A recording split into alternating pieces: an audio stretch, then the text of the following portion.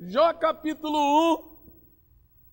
Nós vamos ler do versículo 6, do versículo 1 ao versículo 6.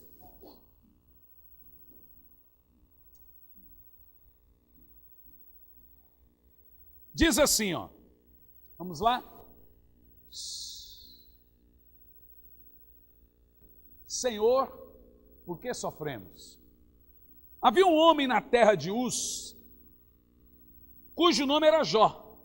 E este era homem sincero, reto e temente a Deus, e desviava-se do mal. E nasceram-lhe 7 filhos e 3 filhas.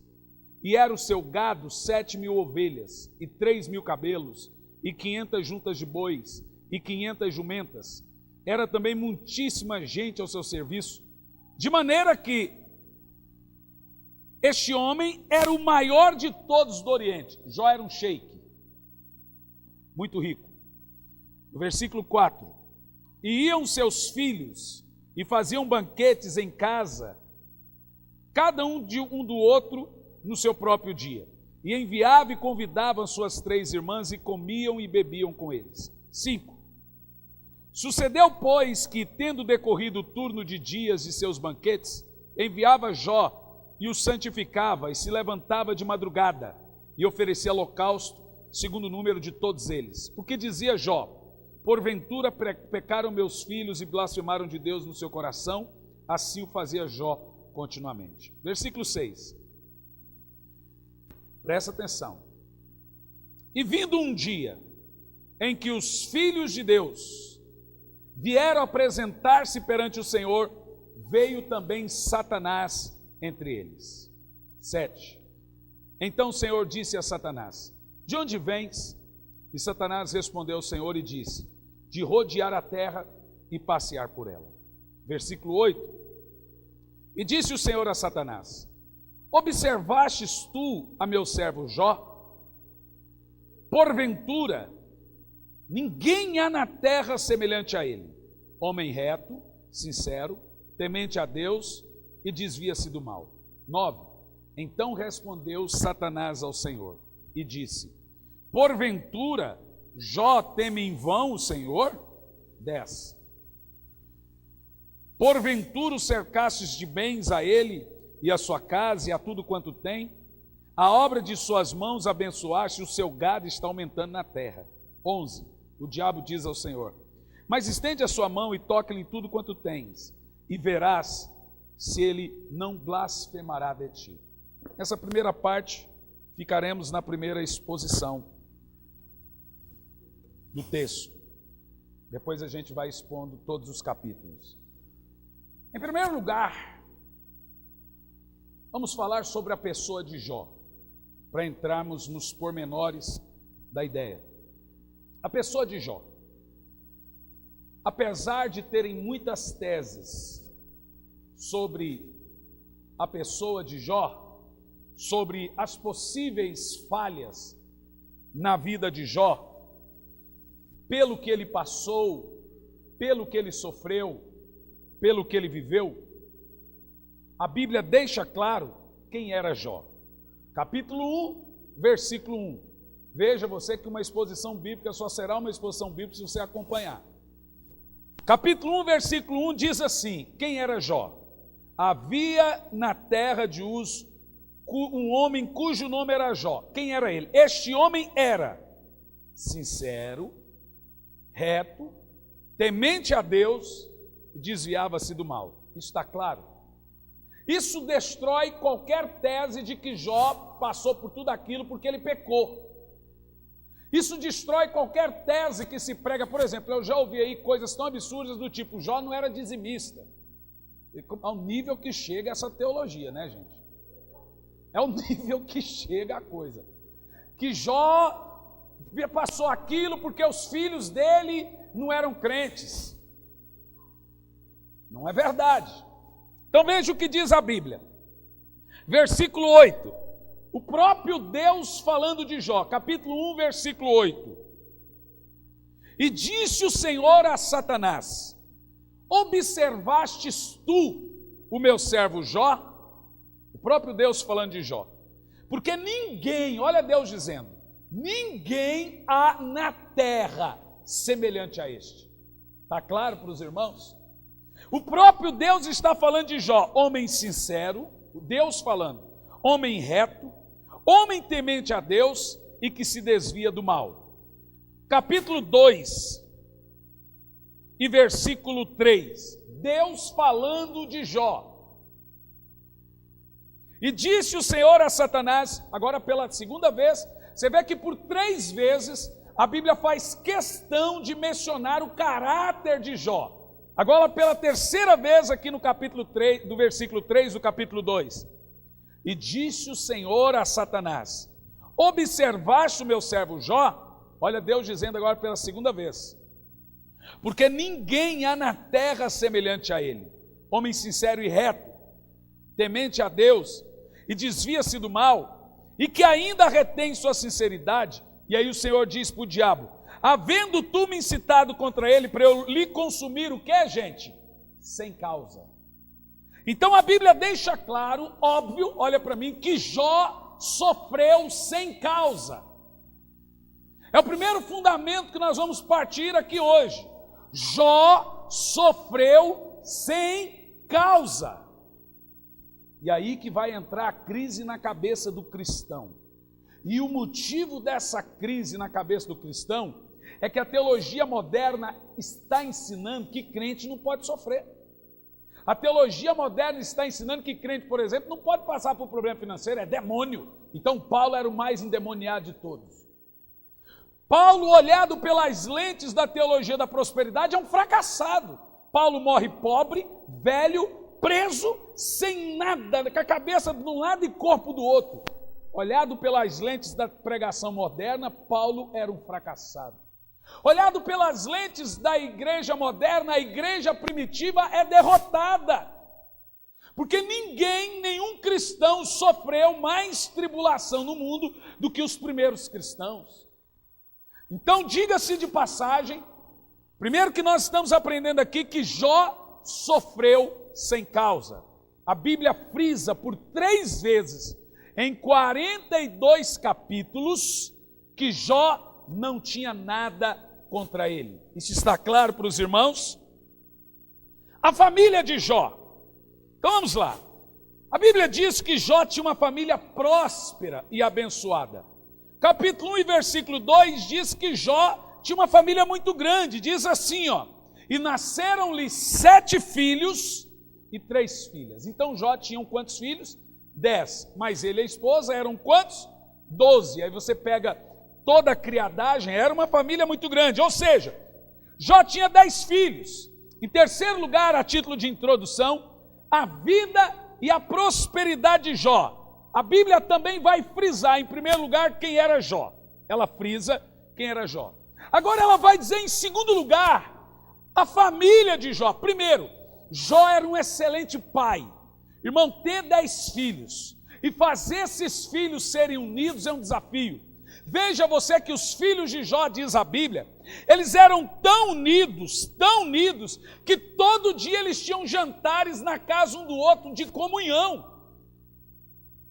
Então perceba você, aqui no capítulo 1, a partir do versículo 5, que Jó, capítulo 1, versículo 4, que Jó era um pai que conseguia manter a união da família. E eles tinham muita união e comunhão entre eles. Os meninos, os 7, faziam comidas e convidavam as meninas e sua família.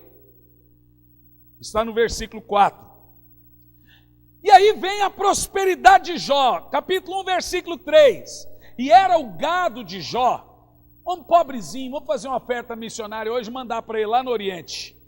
E era o gado de Jó 7.000 ovelhas, 3.000 camelos, 500 juntas de bois. Dizem que cada junta de boi é 500 e poucos bois. Por aí, cada junta. E 500 jumentas.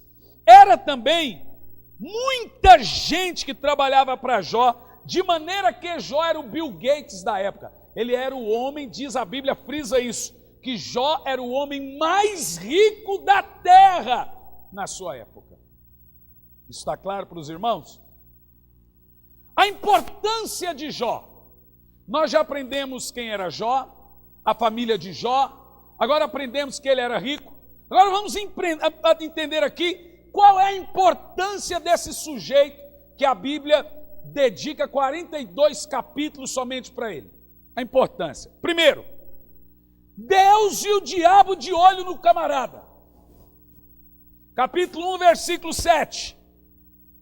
Os dois, Deus e o diabo, observando Jó. Então disse o Senhor a Satanás: de onde vens? E Satanás respondeu ao Senhor e disse: de rodear a terra e passear por ela. Camarada vadio, né? O diabo é um turista inveterado, um vadio. É um camarada que não tem o que fazer, de rodear a terra e passear por ela. Então veja, e aí no versículo 8, está dizendo aqui: e disse o Senhor ao diabo. Primeiro, Deus observa Jó. Segundo, o diabo. Olha o que diz: observastes tu a meu servo Jó? E aí Deus diz assim ao diabo: porventura ninguém há na terra semelhante a ele, homem sincero, reto, temente a Deus e se desvia do mal. Aí agora veja a réplica de Satanás, né? Diz o diabo ao Senhor, versículo 9: porventura Jó teme a Deus de uma maneira debalde, ou seja, à toa. Versículo 10: você o cercou ele de bens, você deu riquezas para Jó, é óbvio que ele vai te amar. Agora olha para mim, eu aprendo uma coisa nesse texto: Deus enriquece pessoas fiéis. Isso aí não tem o que falar. Por isso que não precisa pregar, é só ser fiel. É só obedecer, está aqui. Primeiro que nós temos aqui as características da vida de Jó. E aí o diabo reconhece que Deus enriqueceu Jó por causa da fidelidade de Jó. Vocês entendem o que eu estou falando? Quem está entendendo, diga amém. Então, Deus e o diabo, então, estão observando a vida de Jó de uma maneira minuciosamente atenta, sabendo desde quando nasceu até hoje. Estamos sendo observados pelo bem e pelo mal, isso está claro, né? Amém, gente? Em segundo lugar, quem era Jó perante Deus? Primeiro, para Deus, a Bíblia diz que Jó é um servo precioso.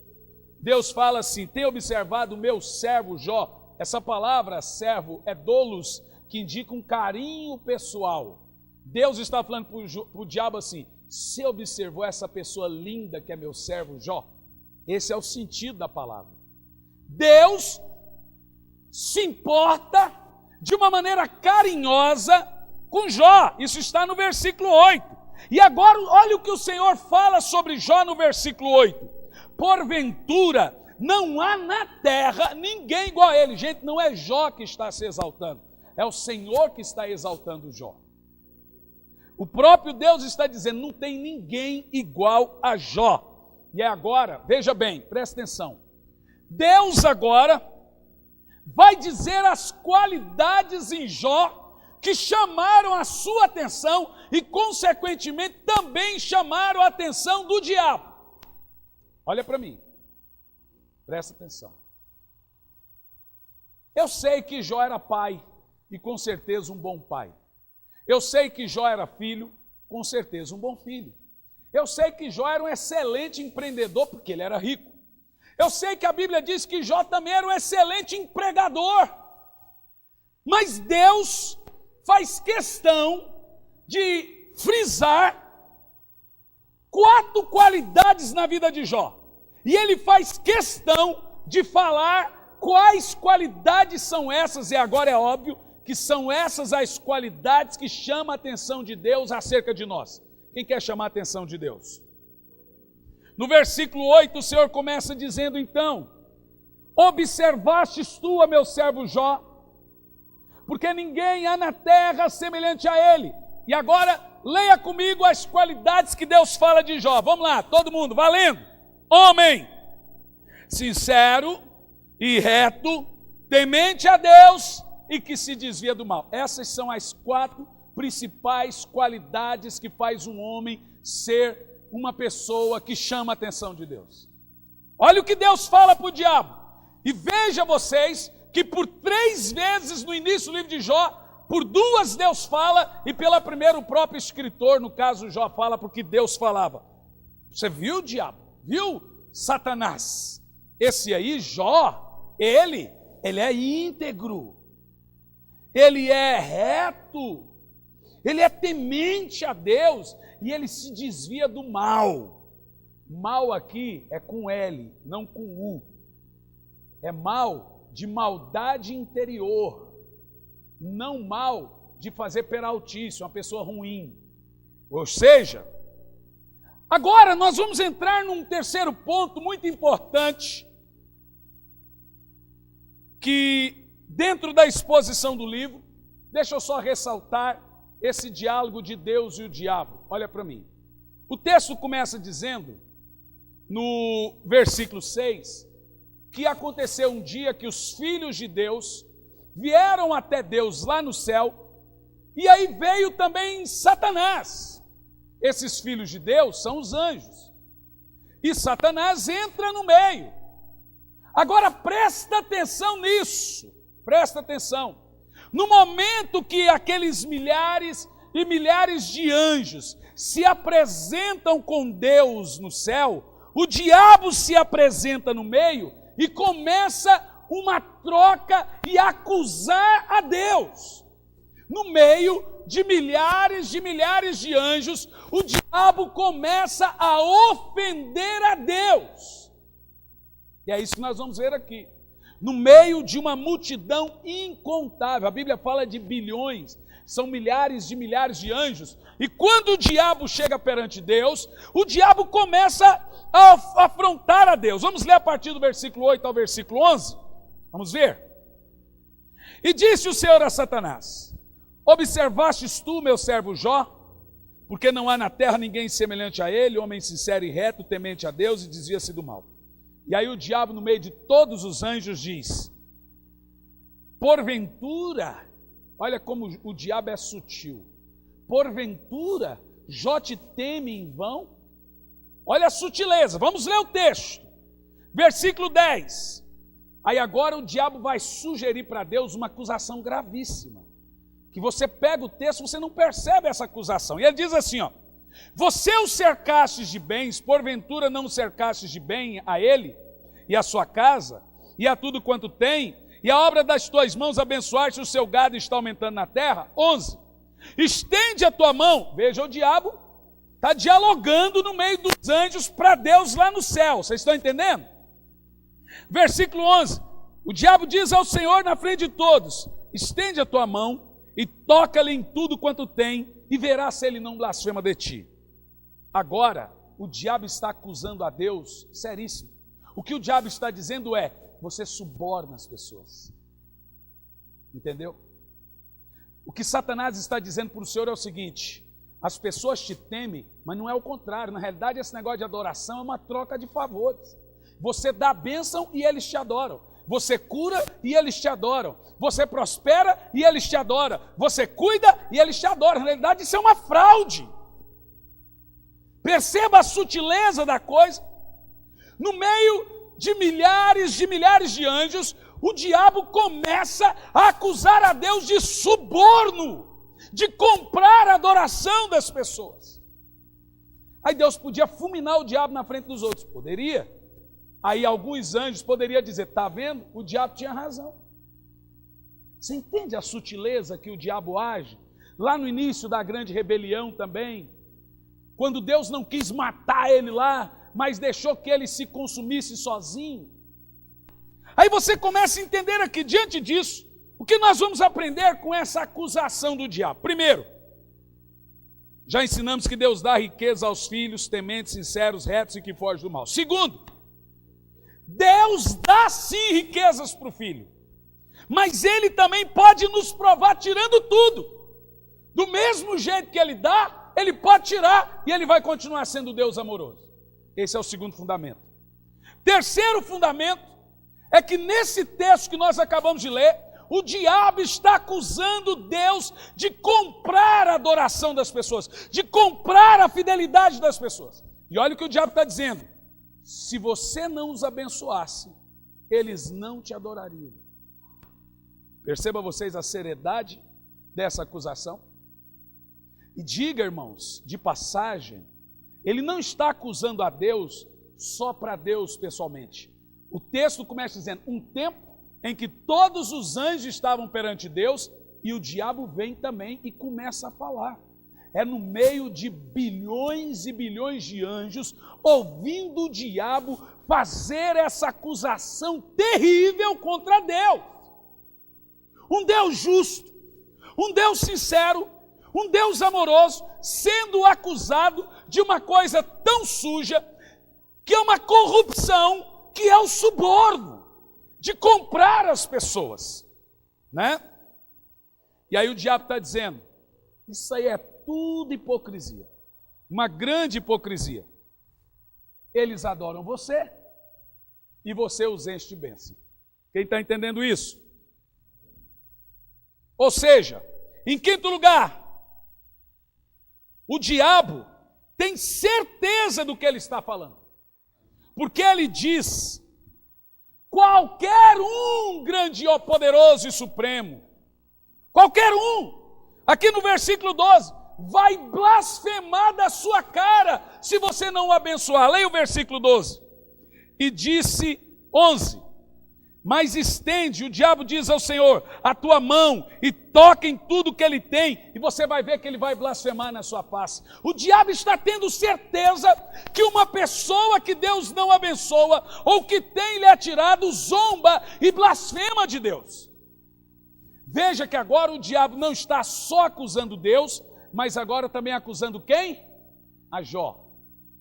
Ele acusa Deus de suborno, e ele acusa Jó de ser hipócrita. Ele está dizendo que Jó é um servo do Senhor hipócrita, que Jó tem uma adoração hipócrita, que Jó só é reto, temente a Deus e que se desvia do mal, porque Deus o encheu de bens. E o diabo está tão certo que ele desafia a Deus. E ele diz, eu duvido que se você deixar de abençoar esse povo, duvido que eles te adoram. O diabo está certo disso. Porque o diabo está se vendo nas pessoas. Entenda? Então agora nós temos uma guerra tramada aqui. Deus está sofrendo uma rebelião de novo lá no céu. Só que agora por um inimigo declarado, não por um amigo disfarçado.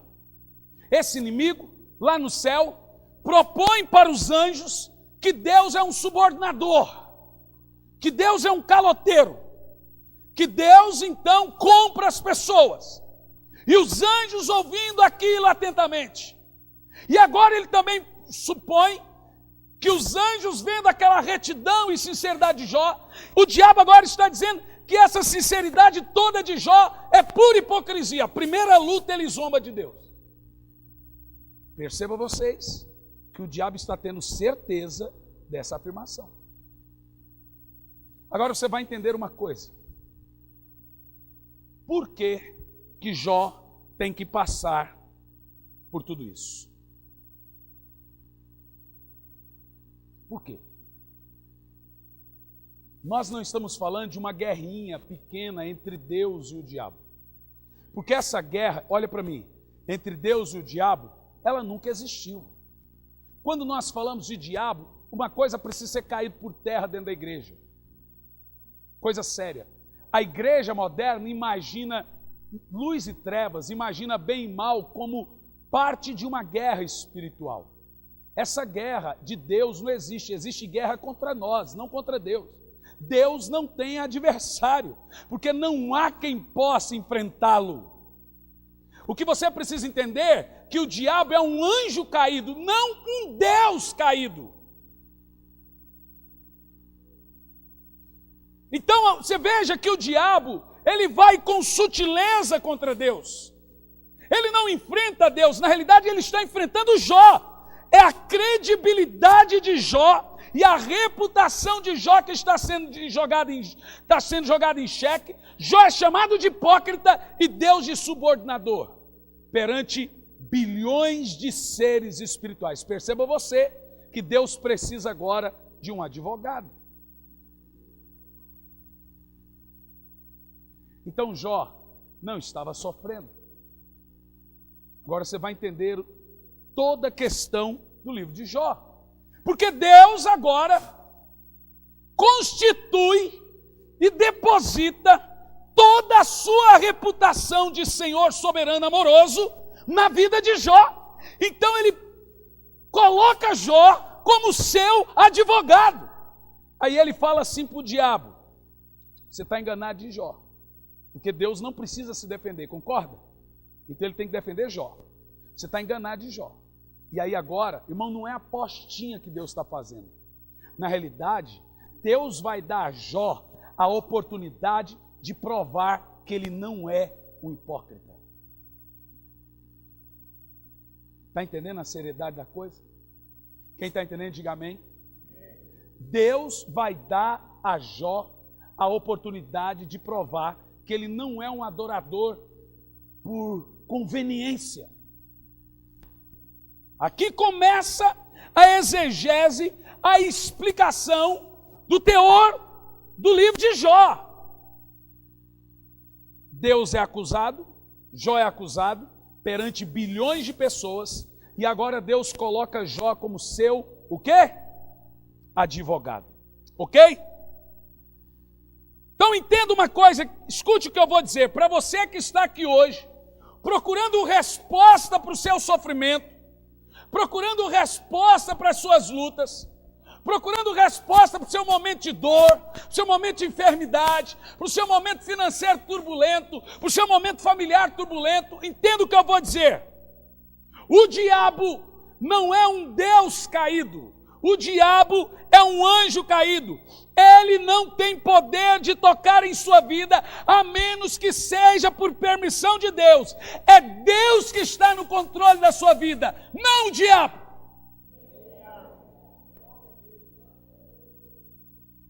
Você está confundindo as coisas.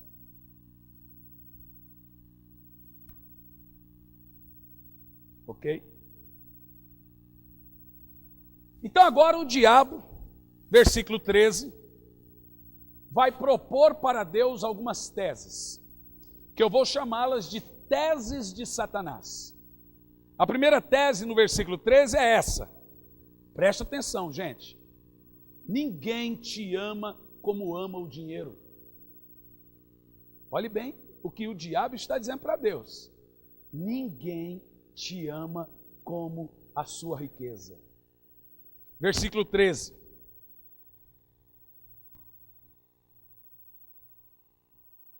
Deus agora tem um advogado que é Jó e vai dar uma oportunidade para Jó de provar que ele não é hipócrita. Primeira coisa, Deus vai falar assim para o diabo. Versículo 12. Veja que no versículo 11 o diabo diz que se Deus tirar tudo ele vai blasfemar, ok? Blasfemar é falar mal. Versículo 12. E disse o Senhor a Satanás: eis que tudo quanto Jó tem está na tua mão. Somente contra ele não estenda a tua mão. E Satanás saiu da presença do Senhor. Versículo 13. Primeira coisa que o diabo vai tocar é na vida financeira. Olha para mim.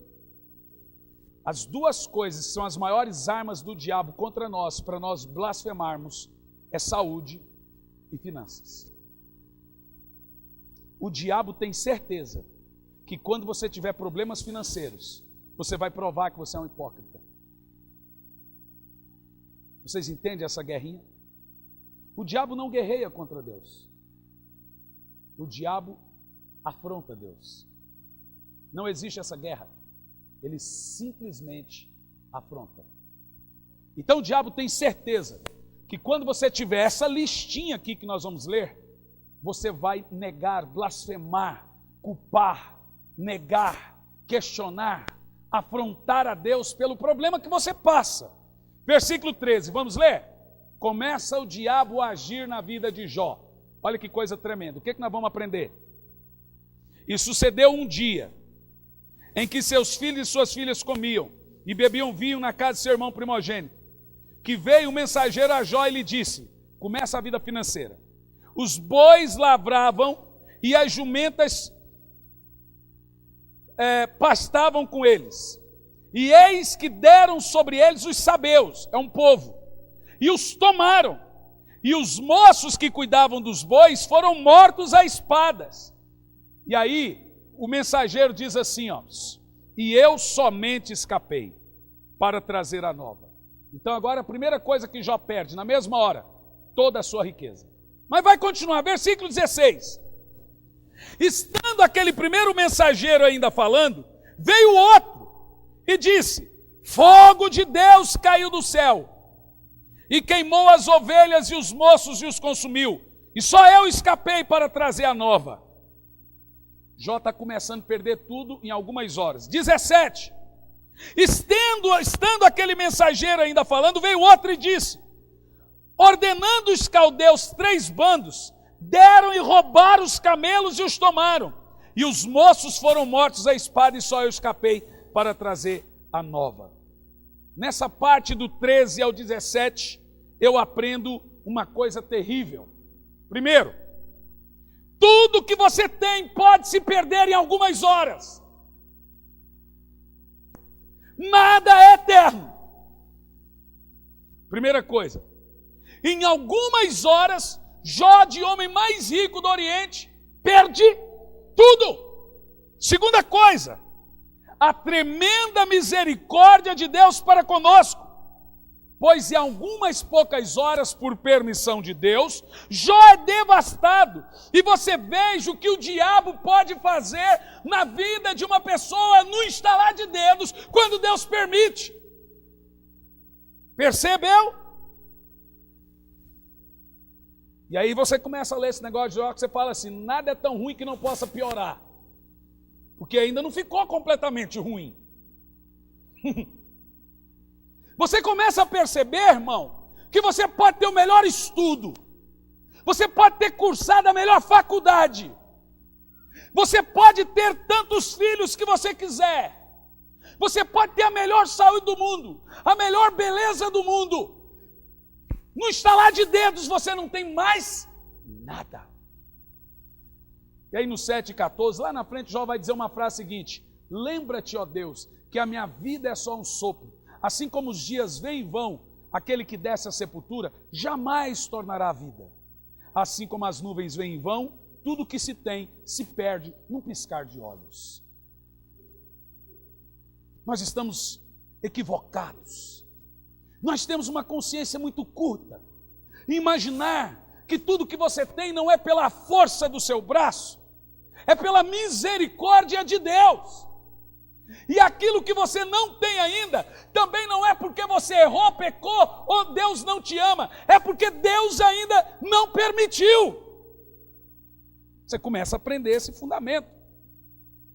Terceiro lugar, o que eu aprendo nessa parte, o diabo em algumas horas, em um dia, diz a Bíblia, em um único dia, empobreceu Jó. Você fala assim, como é que uma pessoa ganha 1 milhão, 2 milhões, 5 milhões e fica pobre? Eu te respondo lendo o livro de Jó. Como que o homem mais rico do mundo fica o mais pobre em um dia? Está aqui. Vem lá os caldeus e rouba todo o rebanho. E mata os empregados que cuidavam. Aí vem os sabeus e rouba todos os camelos e mata os empregados. Aí começa a chover fogo e mata todos os camelos, os bois. Era o que Jó tinha e destrói a plantação. Em um dia, de homem mais rico, homem mais pobre. Nem Eike Batista superou Jó em tanta perda. E agora, Jó ele propõe a segunda tese. A primeira tese de Jó: ninguém te ama como o dinheiro. Essa é a primeira tese do diabo. Ninguém te ama como ama o dinheiro. Então o diabo tira o dinheiro para ver se Jó vai blasfemar. Veja você que Jó está à prova. E Deus também. Vocês estão entendendo o que eu estou falando? Quem está entendendo, diga amém.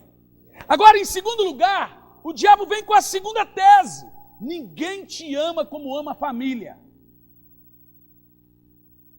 Irmão, tirar o que você tem de bens, pode tirar. Mas se tem família, dizem que ainda a gente é rico.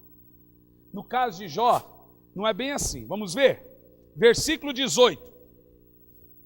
Jó tinha quantos filhos? 10. Versículo 18.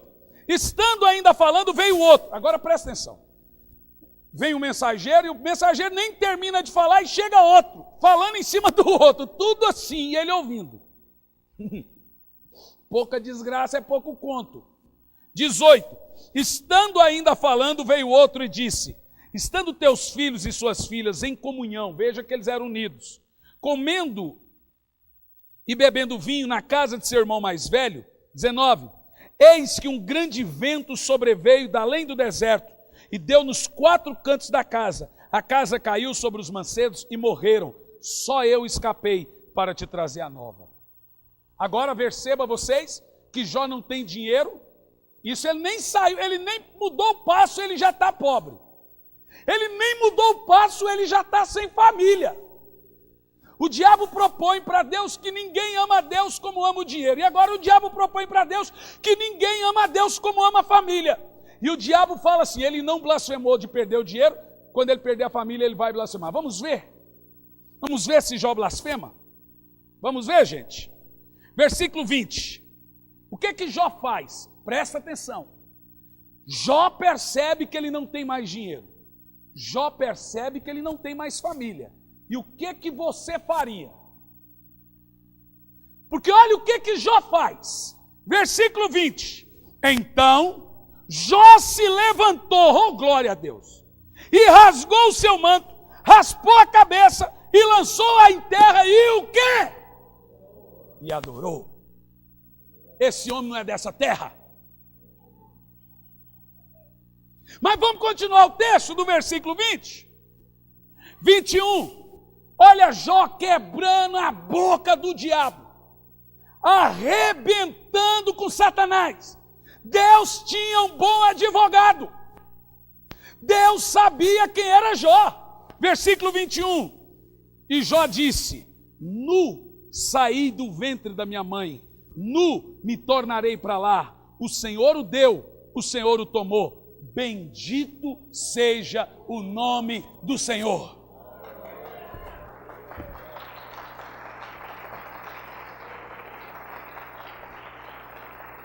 Olha o versículo 22. Agora eu quero que você leia em voz alta o versículo 22. 1, 2, 3, valendo. Em tudo isso Jó não pecou e nem atribuiu a Deus falta alguma. Será que você seria um bom advogado?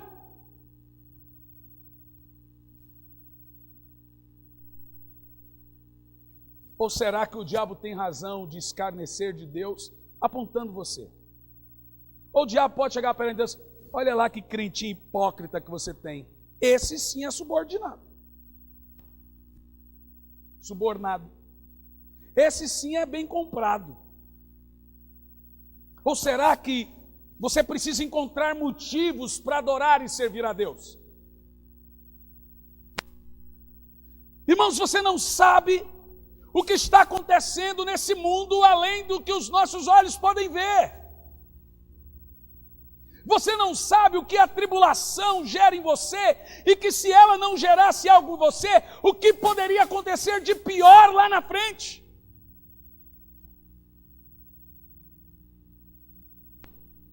O versículo 21 e 22, veja você que Jó nem saiu de casa, perdeu toda a riqueza.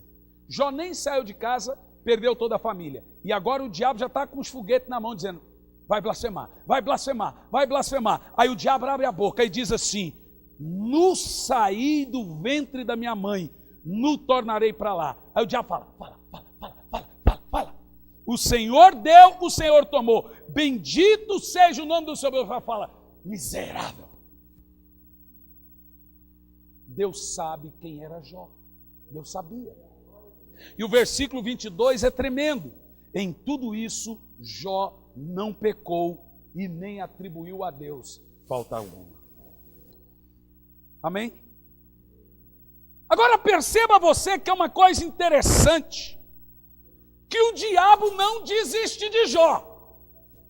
Se tem uma coisa, a gente não tem que aprender nada com o diabo, mas se tivesse uma para aprender, é a persistência. O diabo tenta Jesus, a Bíblia diz que o deixou por pouco tempo. E agora no 2 e 1, veja que parece uma cópia do versículo 1. Vamos ler? Veja que agora passa-se muitos anos. Jó está pobre e sem família. Veja bem, está dizendo aqui, ó. E vindo outro dia em que os filhos de Deus vieram apresentar-se perante o Senhor, veio também Satanás entre esses anjos perante o Senhor. Versículo 2. Então o Senhor diz a Satanás: de onde vens? Ao turista vadio. E respondeu Satanás ao Senhor: de rodear a terra e vadiar por ela. Versículo 3. E disse o Senhor a Satanás, presta atenção, o diabo não desistiu de Jó, e Deus não decepcionou-se com ele, continuou confiando no seu advogado. Olha o versículo 3. Disse o Senhor a Satanás: observaste meu servo Jó, porque ninguém há na terra semelhante a ele, homem sincero e reto, temente a Deus, desvia-se de mal, e agora tem um adentro, e que ainda, o que, gente? Retém sua sinceridade, havendo tu me incitado contra ele para o consumir sem causa. Versículo 4, o diabo é um desgraçado. Ele vai propor uma nova tese contra Deus. A primeira tese é: ninguém te ama como dinheiro. Qual é a segunda tese? Ninguém te ama como a família. Agora olha a terceira tese que o diabo propõe para Deus. O camarada é desonesto. Versículo 4. Então Satanás respondeu ao Senhor e disse: pele por pele, tudo que o homem tem, ele dará é pela sua vida. Ninguém ama mais a Deus do que sua própria vida. Perceba você que o diabo está certo que agora Jó vai blasfemar de Deus. Porque Jó perdeu bens, Jó perdeu família, mas ainda tinha saúde, estava vivo. E o diabo diz o seguinte: Jó conseguiu tudo, enquanto tiver vida ele consegue tudo de novo. Vai lá e faz mais filho, e vai lá e adquire outros bens. E aí o Senhor, isso gente, perante os anjos todos ouvindo essa acusação. No versículo 5, o Senhor olha para Jó e diz, diabo diz para o Senhor: estende, porém, a tua mão e toca-lhe nos ossos, na carne, e verás se ele não te zomba e blasfema na cara. Diz, no versículo 6, e disse o Senhor a Satanás: eis que tudo está na tua mão, só não tire a vida dele. Misericórdia. Pouco sofrimento. É pouco, né, gente? Agora começa o martírio pior de Jó. Olha para mim.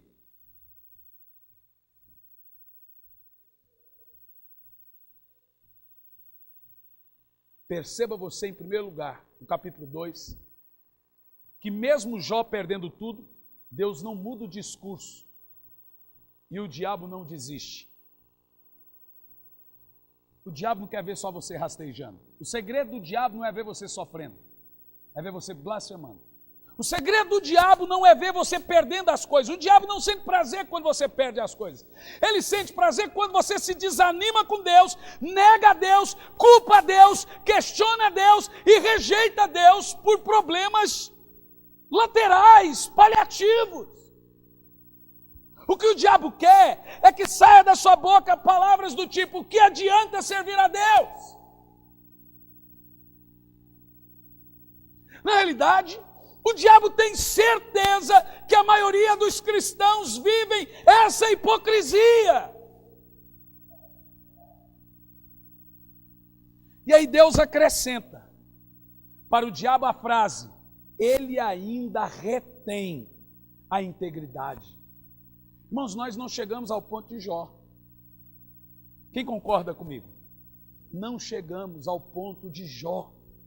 E Deus continua mantendo as características que ele via na vida de Jó. E por mais uma vez, Deus diz que tudo que Jó estava passando era sem causa. Ou seja, versículo 7, o diabo sai de lá Na hora ele sai da presença de Deus, e o que ele faz? Então saiu Satanás da presença do Senhor e colocou em Jó uma lepra maligna, desde a planta dos pés até o alto da cabeça. E Jó, tomando um pedaço de telha, ou seja, durante a doença, raspando as feridas, assentou-se no meio das cinzas. Agora nós estamos tendo uma visão do homem mais rico do mundo, um homem com uma família semi-perfeita, assentado no meio das cinzas, tirando as feridas de lepra com caco de telha, uma nojeira, um fedor, uma coisa horrível. A Bíblia diz, da planta dos pés até o cabelo. Jó não tinha uma parte do seu corpo que não era cometido por uma doença terrível.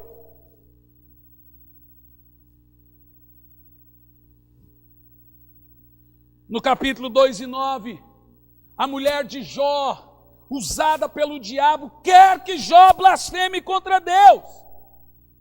Então a sua mulher lhe disse: ainda retém sua sinceridade? Amaldiçoa teu Deus e morre. O que eu aprendo com isso? O diabo não vai usar pessoas de longe, sim as de dentro, as de perto. São as de perto que vão te dizer: o que adianta servir esse Deus? O que é que Deus está fazendo por você? Outro diz, eu estava vendo um pastor na televisão dizendo, se a sua igreja, se você vai na sua igreja e sua vida não muda, o que é que você está fazendo? Desde quando a igreja é feita para mudar a vida dos outros? Igreja é feita para pregar a verdade. Igreja é feita para transmitir o evangelho. E eu vou te dizer uma coisa muito clara, é óbvio que você seguindo o evangelho e sendo fiel como Jó, Deus vai te trazer um monte de bênção, ou não. Veja você que a Bíblia diz que Jó sofreu sem causa. Irmão, tira a teologia moderna da sua cabeça e pare de pensar que Deus te disse que você vai ser rico se virar crente. Pode ser. Ou pode não, ou pode ser rico e de repente deixar de ser, e não significa que você está em pecado, ou que você é menos crente por isso, significa que alguma coisa está acontecendo no mundo espiritual que eu não sei.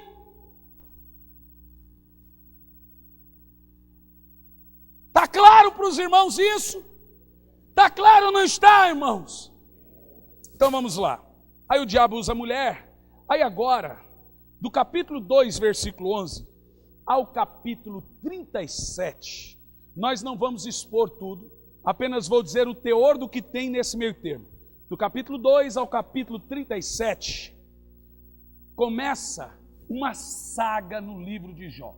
Então a visão é essa. Primeira, Jó está sentado entre cinzas. E por que cinzas? Porque ele pegava madeira queimada e punha na ferida para queimar, porque a dor era terrível.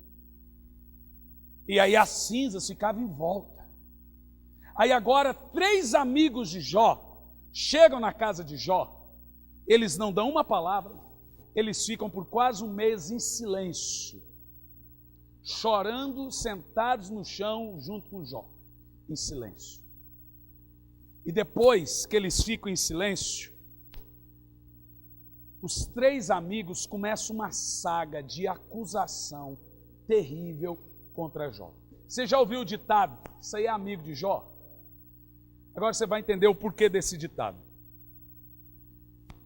Primeiro, o sofrimento de Jó tem a ver com a reputação de Deus e o amor de Jó.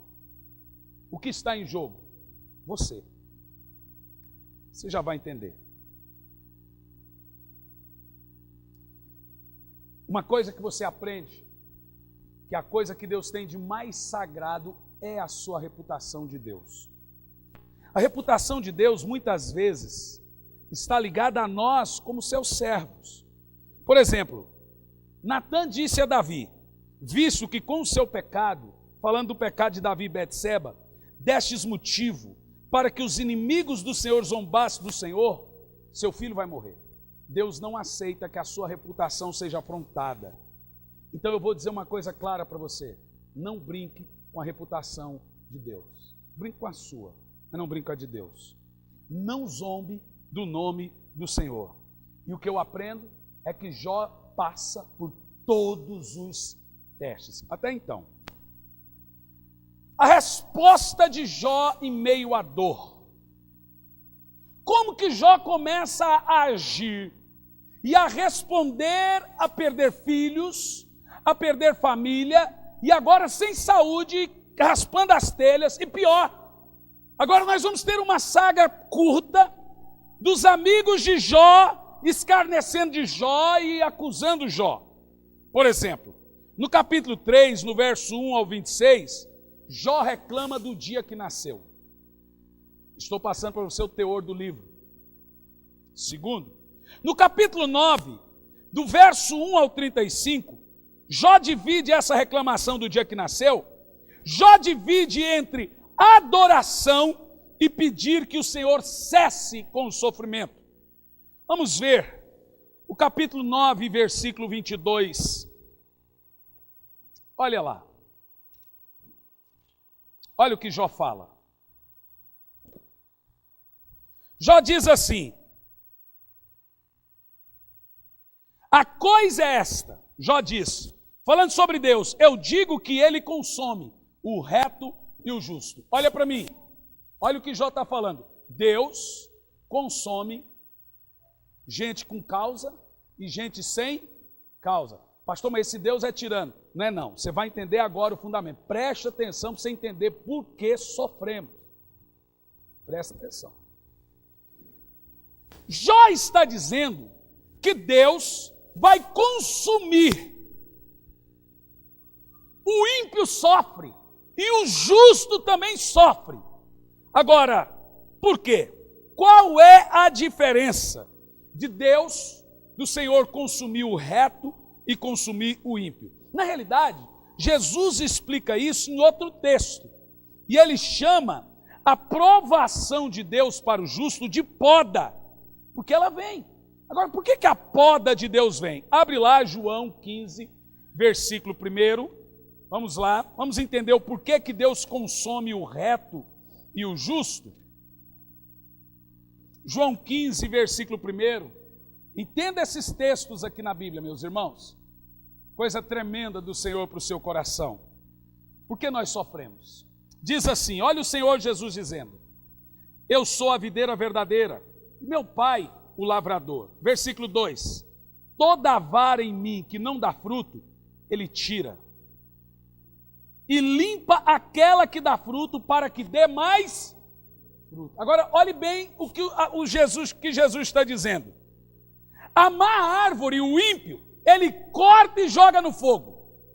A boa árvore, ele poda os galhos, corta, fere, para que ela continue a dar mais frutos. Perceba você o seguinte: o que a poda produz em nós? O que essa provação produz em nós? Olha a necessidade de Deus. É isso que Jó está dizendo, ele consome o ímpio e o justo, só que o ímpio, ele corta e joga no fogo. O justo, ele não corta e joga no fogo, ele só corta, mas não dispensa.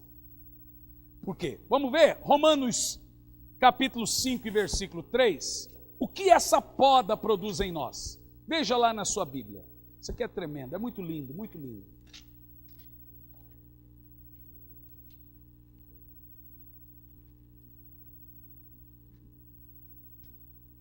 Quero dar os créditos para a pastora Elisandra, que ela incluiu isso no meu sermão.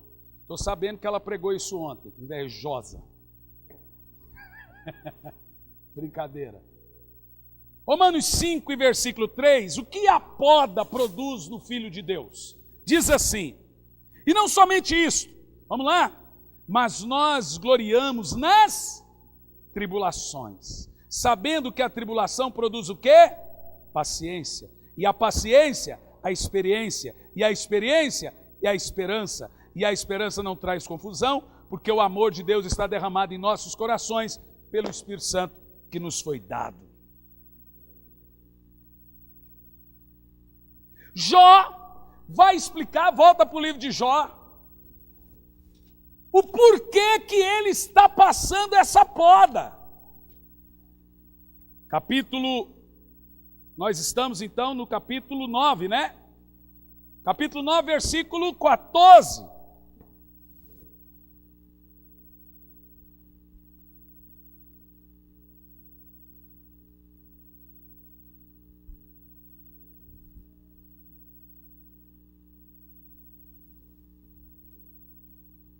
Perdão, irmãos. Capítulo 14, vai lá. Jó vai explicar o porquê que ele está sofrendo. Então veja, em todo o capítulo 14 do livro de Jó, Jó vai explicar por que ele passa por tudo isso e pedindo misericórdia a Deus. Versículo 7. Porque, irmãos, olhe bem, aqui vai surgir um dos textos mais lindos de toda a Bíblia Sagrada. Inclusive motivo de canções e composições. Ana Paula Valadão fez uma música desse texto. A esperança para o ferido, como árvore cortada, marcada pela dor. Ainda que na terra envelheça a raiz e no chão abandonado seu tronco morrer, há esperança para você. Aí, veja que eu estou lendo o texto da exposição cantando a música. Ao cheiro das águas brotará, como planta nova florescerão, seus ramos se renovarão, não cessarão os seus frutos e viverão. 14, do 7 ao 9. Jó vai dizer que ele é uma árvore seca. Eu estou totalmente emocionado com esse texto. Diz assim, ó, porque Jó está dizendo que está vivo ainda. Olha o que ele diz. Porque a esperança para a árvore, que se for cortada, lembra que eu falei da poda que Jesus está falando? O ímpio, o Senhor corta e joga fora. O justo, ele não arranca a raiz, ele só corta para que ela cresça nova. Tudo que não é podado envelhece e morre. De tempo em tempos o cristão tem que ser provado, senão ele morre e vai para o inferno. Agora você entende porque a teologia moderna está destruindo o cristianismo? Ela quer tirar do cristianismo a provação. Sem provação você não consegue dar frutos dignos de arrependimento.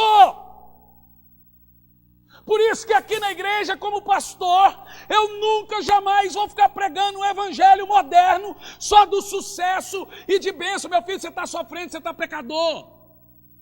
Porque na realidade, essas foram as acusações que Jó defende em quase todo o livro de 3 amigos. Você está em pecado, você está isso. Não é nada disso não. O Senhor apenas precisa que você continue a crescer. O Senhor precisa que essa provação produza em você um crescimento maior. E a Bíblia diz que Ele vai nos aperfeiçoando até chegar o dia de Cristo na estatura de varão perfeito. É isso que o sofrimento e a tribulação produzem em nós. Se você perder seu filho, o que você vai fazer? Uma irmã chegou no meu escritório e disse: se meu filho morrer, eu não sirvo mais a Deus. Eu falei: então ele vai morrer.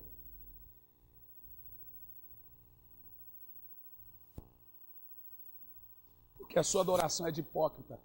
Por isso que Deus precisou de Jó como advogado. E se você é colocado perante Deus como um, você está perdendo essa prova. Você entende o que eu estou dizendo? Você entende o que eu estou dizendo? A nossa adoração, ela não pode ser condicionada. O que você precisa entender é que é Deus que está no controle, não o diabo. Deus está controlando a sua vida, assentado no trono, e Ele está produzindo em você coisas que hoje você não entende, mas lá na frente você vai ver que aquilo te fez forte, aquilo que te deu uma fé forte, aquilo te deu um cristianismo saudável, aquilo te fortaleceu, e você conseguiu superar, e você hoje é mais forte por causa dessa luta. Pastor, por quanto tempo? Enquanto precisar. A partir do momento que você entender, a aprovação cessa. Sabe por que ela continua? Porque você ainda não entendeu. E Deus prova, irmãos. E eu vou dizer como cristão, prova com tudo. Jó foi provado em tudo. E diz a Bíblia, 1:22, que em tudo Jó não pecou contra Deus. Pense comigo. Hoje nós, como cristãos, se estamos bem, nós vamos à igreja. Normalmente você fala, irmão, você não foi na igreja, pastor, não estava bem. É aí, é nessa hora que você deveria quebrar os dentes do diabo, igual o Pica-Pau fez. Você já assistiu o episódio do Pica-Pau dando um soco no diabo e quebrando os dentes dele? O Pica-Pau é tão endemoniado que ele vai para o inferno, bate no diabo e o diabo manda ele embora do inferno.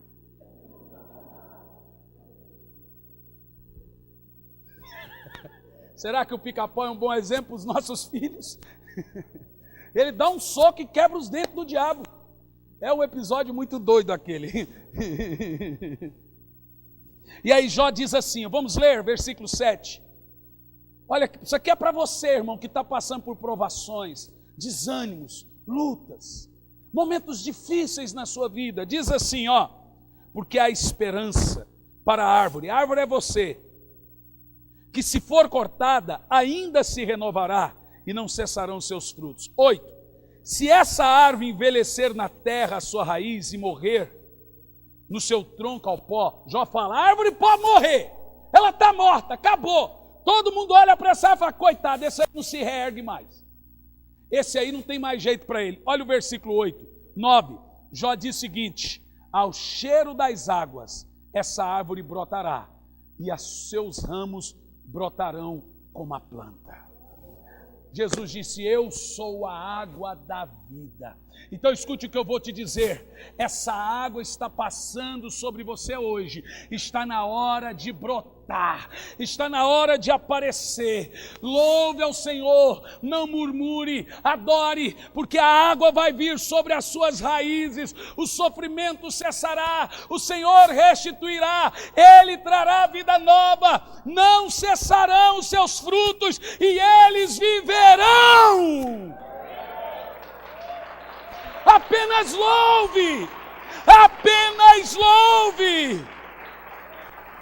Jó diz o seguinte, todo mundo está olhando para aquela árvore e dizendo, não tem mais jeito. E Jó diz, ao cheiro das águas brotará. Tudo que você precisa é que a água passe na raiz. Pastor, o que eu preciso hoje? Só da água do Espírito. Pastor, quando isso vai acontecer? Pode ser hoje, se você entender. Pode ser amanhã, mas uma hora dessas, ao cheiro das águas, a sua árvore que está morta, seja finanças, seja saúde, seja família, vai começar a brotar. E como planta nova florescerá, irmão, não tem nada mais ruim. Enquanto você estiver vivo, está na hora de dar folhas novas.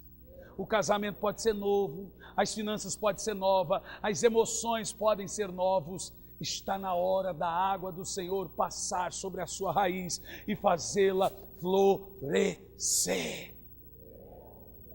Oh, glória a Deus! Oh, glória a Deus! Veja você, que Jó está dando a mesma palavra que Jesus dá sobre a poda. Que Paulo fala aos romanos, que a tribulação produz paciência, que produz perseverança, que produz esperança e que produz experiência. É necessário esse momento de poda. Passe por tudo isso louvando e adorando a Deus, que lá na frente você não vai cair mais nos laços que você caiu antes. Isso vai te gerar o quê? Experiência. Por exemplo, uma situação financeira, você não vai gastar mais o cartão como gastou antes. Como, por exemplo, uma situação emocional, você não vai se envolver mais com a tranqueira como você envolveu recentemente. Como, por exemplo, um casamento fracassado, arrebentado, você não vai mais, você vai olhar, você vai pensar duas vezes antes de cair nas garras de qualquer Zé Ruela de algum lugar por aí. Você está vendo que não dá certo? Isso gerou experiência em você. Você está vendo que certas coisas te feriu, você não vai mais cair nesse laço, te produz paciência, esperança, perseverança e experiência. Em vez de você entender que o Senhor está te ensinando, o que você está fazendo? Você está murmurando. E enquanto você não entender, escute, enquanto você não entender, a provação não cessa. Porque Jó é provado por anos. E aí daqui um pouco nós vamos já para os últimos capítulos de Jó.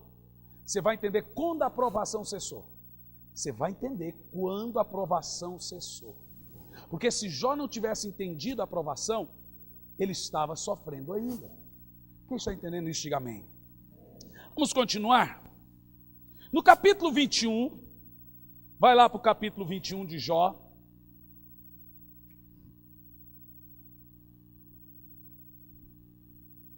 Jó agora é tentado a olhar para a prosperidade do ímpio.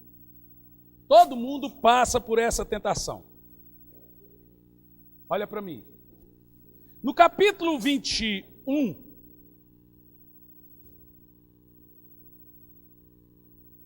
Jó também diz que ele é uma árvore cortada, que só está esperando o vento cair, ou seja, esperando morrer.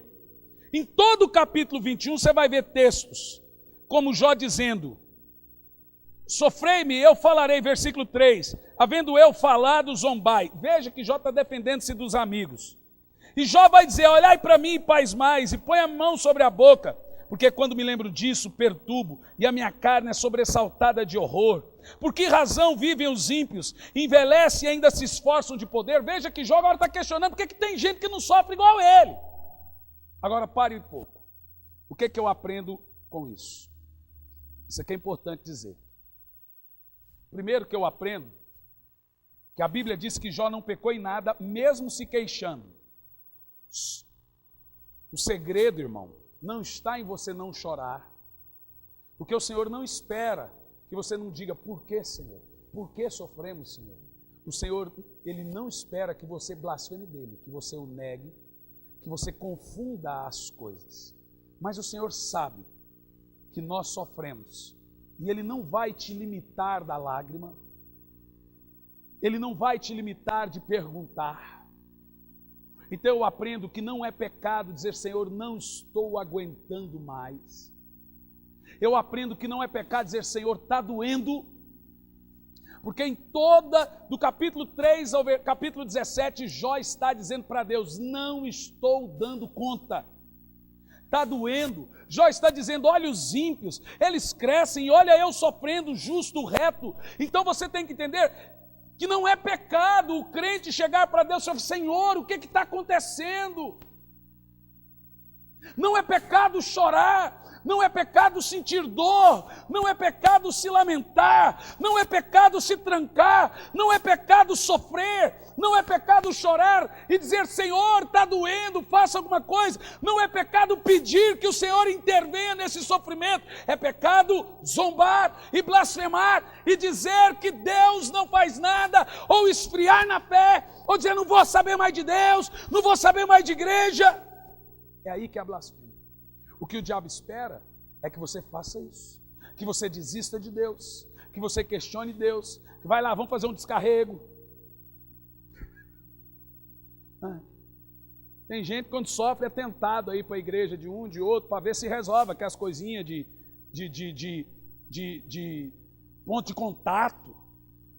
E você vai num lugar desse, o povo olha para você que está com problema financeiro, para você que está com problema familiar, para você estar com dor e Deus está te trazendo perseverança, paciência, experiência e esperança, e Ele fala: você está endemoniado. Você veja que essas igrejas fazem o papel dos amigos de Jó. Porque os amigos de Jó em todo livro falam: Jó, você está em pecado, Jó, você está isso. Se você for ler todo o livro, você vai ver que é Jó se defendendo dos amigos e adorando a Deus. Jó se defendendo dos amigos e adorando a Deus. Jó se defendendo dos amigos e adorando. Todo o livro. Todo o livro. Então entenda uma coisa, olhem para mim. Chorem o tanto que vocês têm que chorar. Eu não vou dizer curtam o sofrimento, porque não dá para curtir o sofrimento.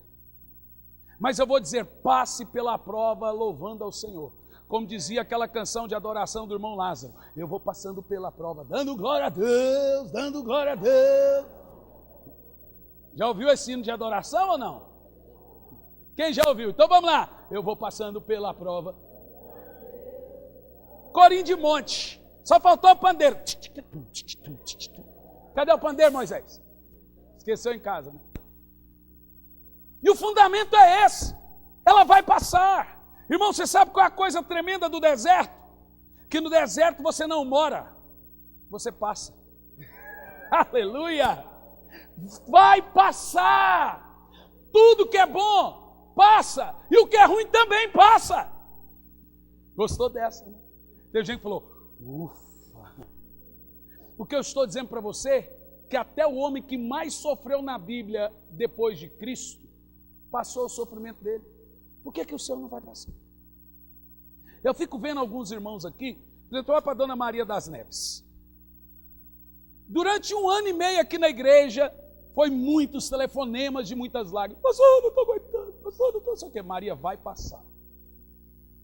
E realmente o sofrimento é grande, irmão. Você não imagina o que é você amar uma pessoa e aquela pessoa que você ama vive te batendo. Trata você como um João ninguém, quer dizer, uma Maria ninguém.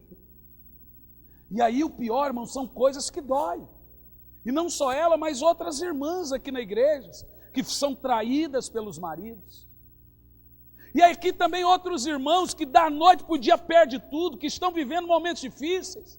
Outros que da hora também, acontece uma coisa e já fica endividado da noite para o dia. É duro, é difícil. E o que eu tenho para dizer para você aqui nessa noite é que eu vou passando pela prova, dando glória a Deus. Vai passar.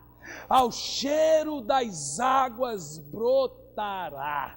E como planta nova florescerá. Agora deixa eu dizer uma coisa. Quando tudo isso passar, não é um casamento velho que Deus vai te dar. Quando eu era lá do Cristian Neto, o Cristian Neto prega a teologia da prosperidade, então ele fez eu compor uma canção. Um carro novo Deus vai me dar. Ele fez eu fazer essa música. Uma casa nova Deus vai me dar. Aí um dia eu grilei. Falei, uma mulher velha Deus vai te dar. Uma banguela Deus vai te dar. Um trubufu Deus. Falei, eu não vou cantar mais isso.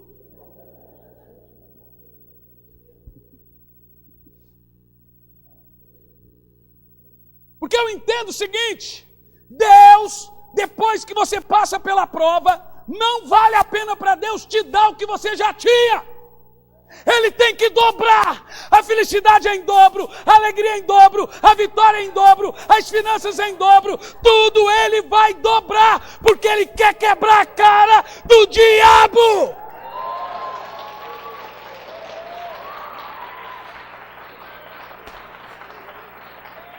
Ao cheiro das águas brotará. E como planta nova florescerá. Agora olha para mim, preste atenção. Passe pelo momento que você tem que passar. Passe. Eu já cheguei a dever 500 mil reais. Com 26 anos de idade, 27. Vim de Brasília a Curitiba, dirigindo um carro, eu, minha esposa e meu filho, em lágrimas, mudo, 1.800 quilômetros, você perder tudo. E antes disso, você tem um filho internado, 40 dias no hospital, entre a vida e a morte, e o diabo aparece para você em sonho. Nós temos uma casa no Boqueirão. Quando nós compramos a casa, o meu filho ama água, ama banheira.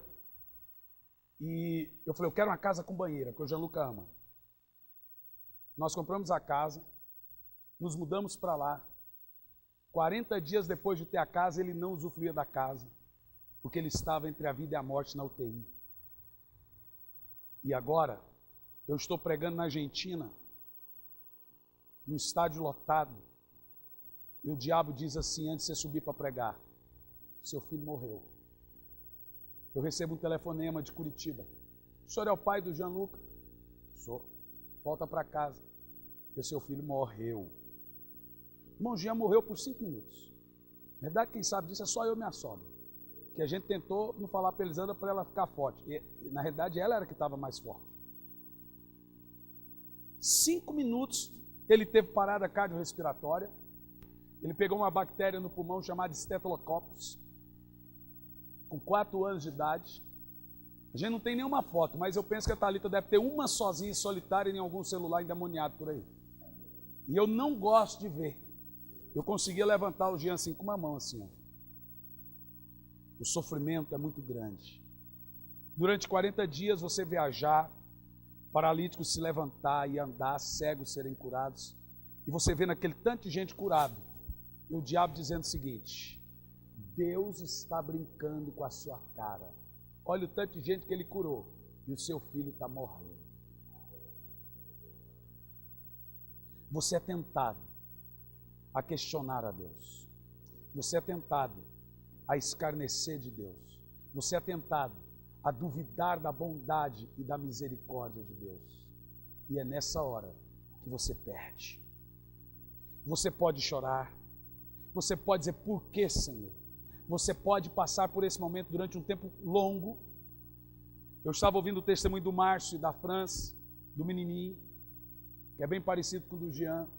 Eu estou aqui com irmãos com problemas de saúde. A gente sabe como isso dói. Eu lembro do Everton no telefone comigo. Pastor, eu não aceito meu filho morrer. Eu falei, Everton, apenas louve ao Senhor.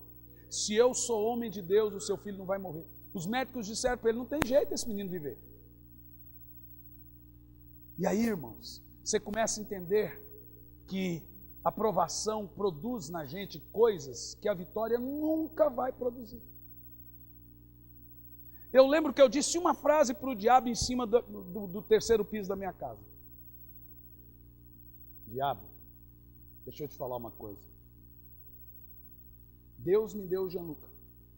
Mas antes de ser pai do Gianluca, eu sou filho de Deus. Antes de ser pai do Gianluca, eu sou pregador do Evangelho. Antes de ser pai do Gianluca, eu sou chamado pelo Senhor. Então eu quero te dizer uma coisa. Se o Senhor levar o Gianluca, eu vou vê-lo lá no céu. Então escute bem, Satanás, o que eu vou te dizer. Aconteça o que acontecer, eu sempre vou amar, servir e obedecer ao Senhor. Irmão, nesse dia, a aprovação cessou. Porque eu estava na Argentina. Eu subi para pregar em lágrimas. Mas antes de ir para lá, eu já estava com um sofrimento terrível. Na época o Juliano falou com o irmão lá da Argentina, o André Scalatiu, que fazia a nossa agenda. Falou, irmão, o pastor Hernani não consegue viajar. O filho dele está na UTI. Não, mas ele tem que vir porque tem caravana de tudo que é lugar, o estádio está alugado, ele tem que vir, a milhares de pessoas, e eu não conseguia um caco. Aí eu lembro que a Elisandra falou assim, vai, cuida do povo lá, que Deus cuida do seu filho aqui. Eu entrei dentro do avião da Gol, e, irmão, eu chorava daqui a Buenos Aires. Quando o avião pousou, aquela multidão de gente com faixa, seja bem-vindo, pastor Hernani, né? Evangelista, aquela gentarada, e eu com a cara inchada de lágrima, dentro da sorriso amarelo, com o seu filho morrendo. Você não sabe, irmão, você não tem noção como esses momentos são importantes para a nossa vida. Dói, mas esses são os momentos chaves na nossa vida. Esses momentos nos ensinam a temer a Deus, nos ensinam a crer na misericórdia de Deus. E se você fraquejar nessa hora, aí sim o Gianluca teria morrido. Aí sim, aí depois você perde outro, e mais outro, e mais outro, e mais outro. E aí não tem mais nada, e aí você vai estar no cinza, no pó, coçando com telha, e as coisas não mudam. Porque você não interpreta esse momento na sua vida. Eu lembro de uma coisa. Eu entendi o que Deus estava dizendo. Dei aquela frase para o diabo. Quando eu cheguei em Curitiba, eu esperava chegar e arrumar o velório do meu filho. Mas o que aconteceu foi diferente. Eu vi um garotinho de 4 anos vindo correndo, me receber no aeroporto e pular aqui em cima de mim.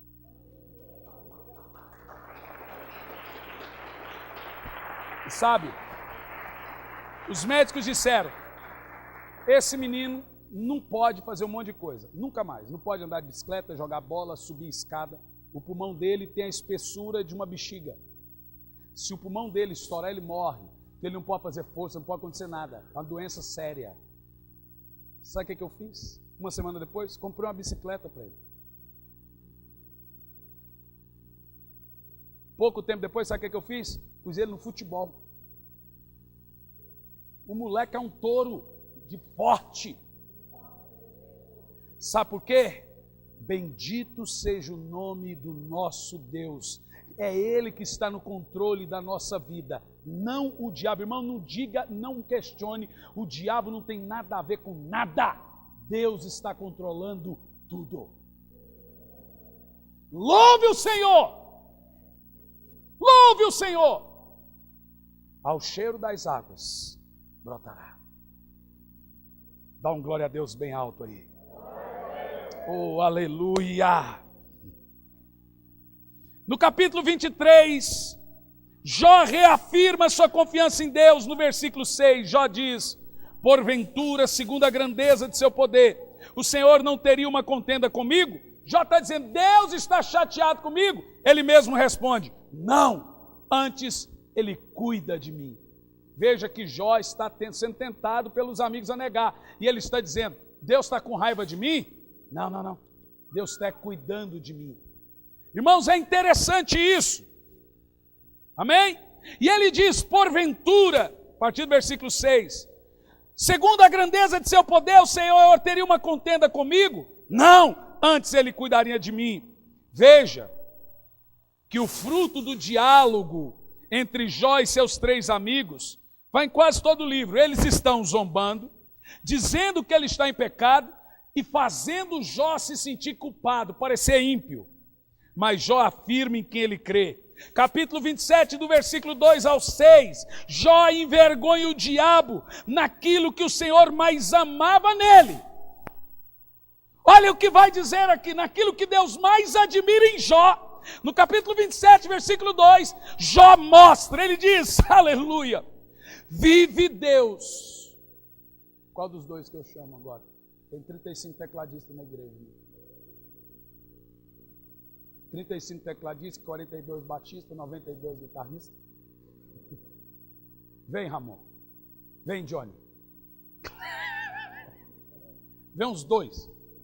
Johnny, vem cá, meu filho. Capítulo, isso aqui a gente chama o teclado para parecer que está terminando. Capítulo 27, versículo 2 e 6. Olha o que Jó vai dizer, irmãos. Isso aqui é para sua alma um deleite. Olha o que Jó vai dizer. Vive Deus, escute, que desviou a minha causa, e o Todo-Poderoso que amargurou a minha alma. Enquanto a mim houver alento, e o sopro de Deus no meu nariz, olha Jó, mostrando para Deus o que Ele mais ama.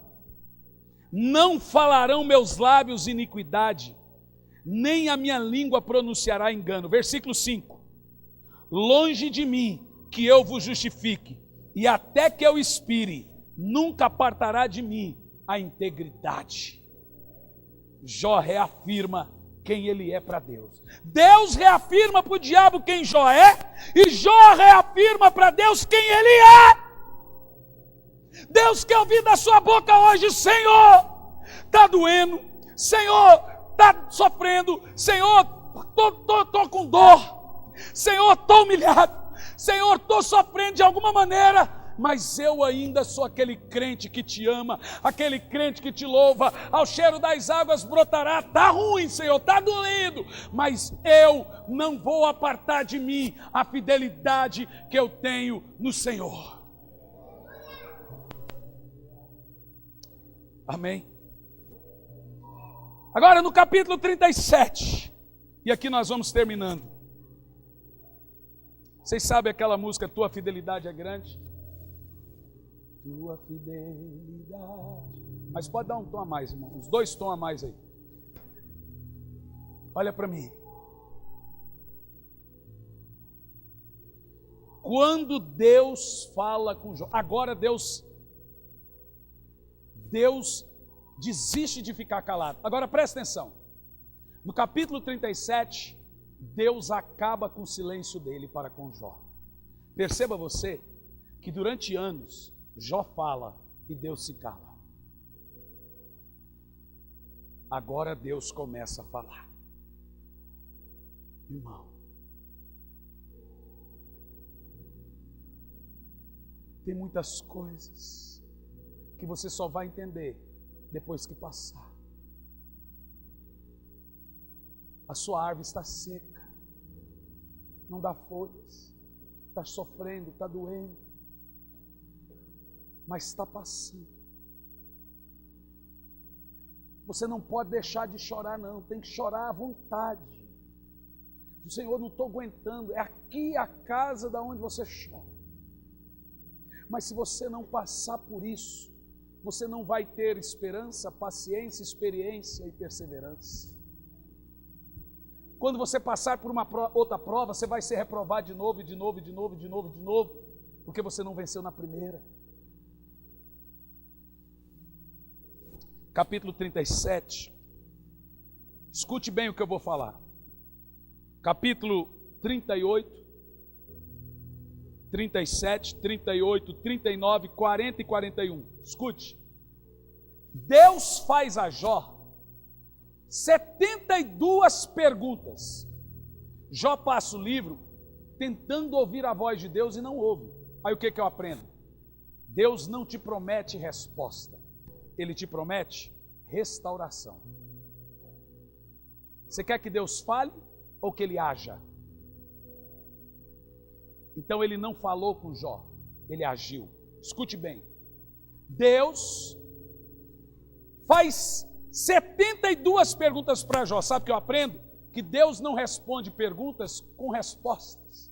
Deus responde perguntas com perguntas. Dentre as perguntas, o que Deus coloca no teor dessas perguntas? Olha para mim. Deus agora vai mostrar, em primeiro lugar, nas 72 perguntas, capítulo 37, 38, 39, 40 e 41. Ao todo vai ser 72 perguntas. O teor delas são: Deus mostra a sua grandeza para Jó. Segundo, Deus mostra a sua sabedoria. Terceiro, Deus mostra a Jó que é Ele que está no controle. Em quarto, Deus mostra a Jó que Ele está no centro do universo. E Ele diz: Jó, aonde você estava quando eu fiz tudo? Em quinto, Deus mostra a Jó que Ele está atento ao sofrimento dele e que ao cheiro das águas brotará.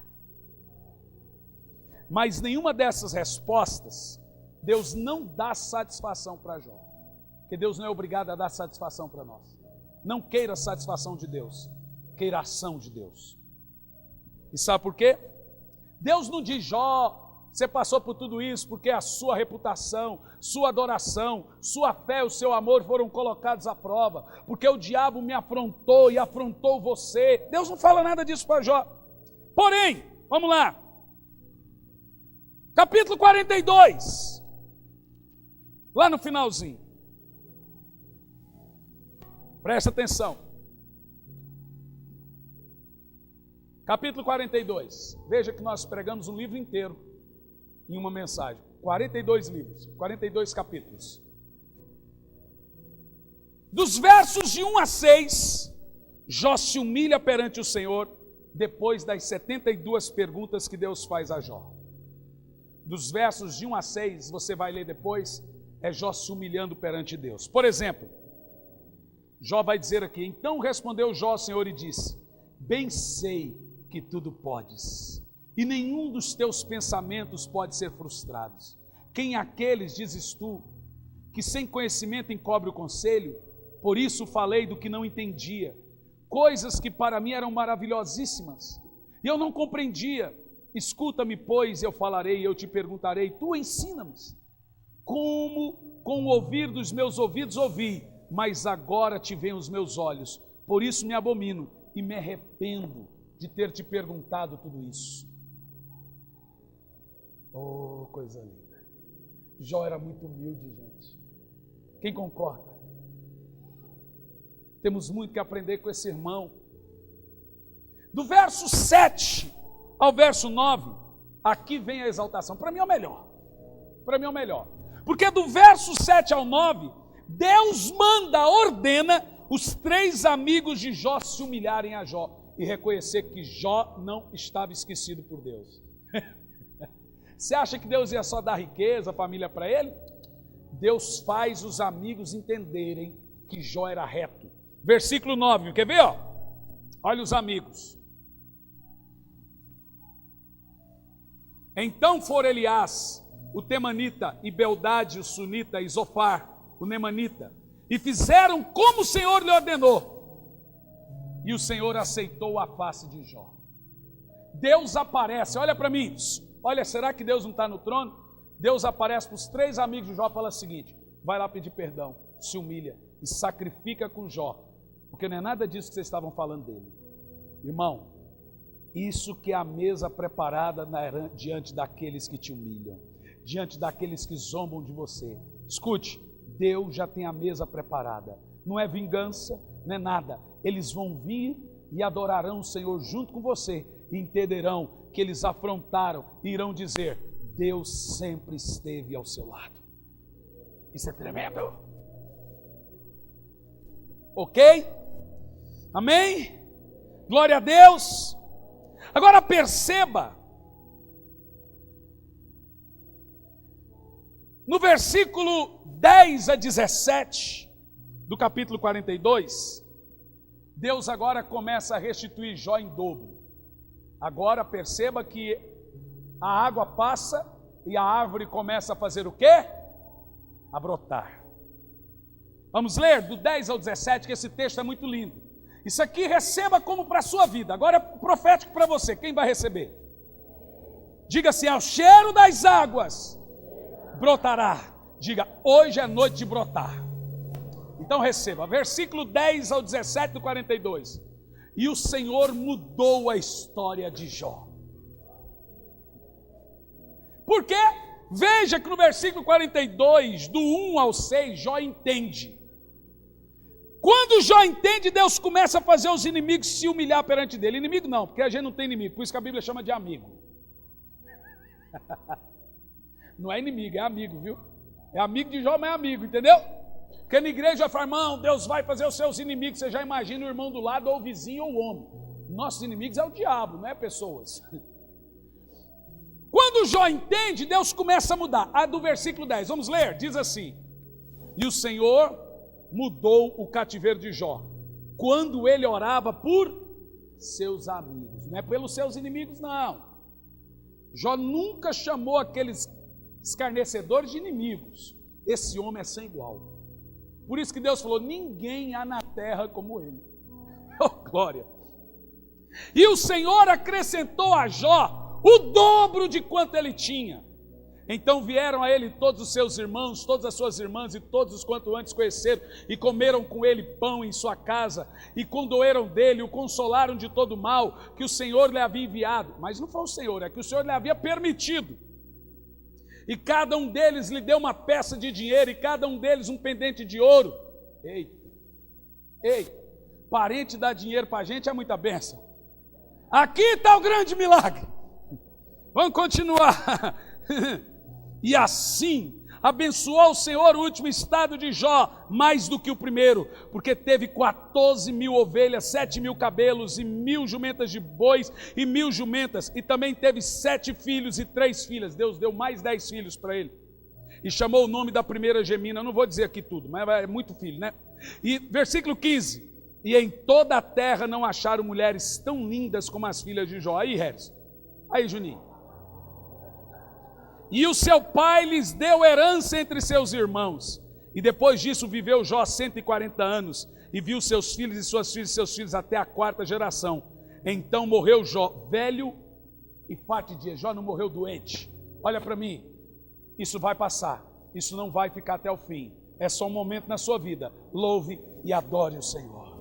Fique em pé no seu lugar.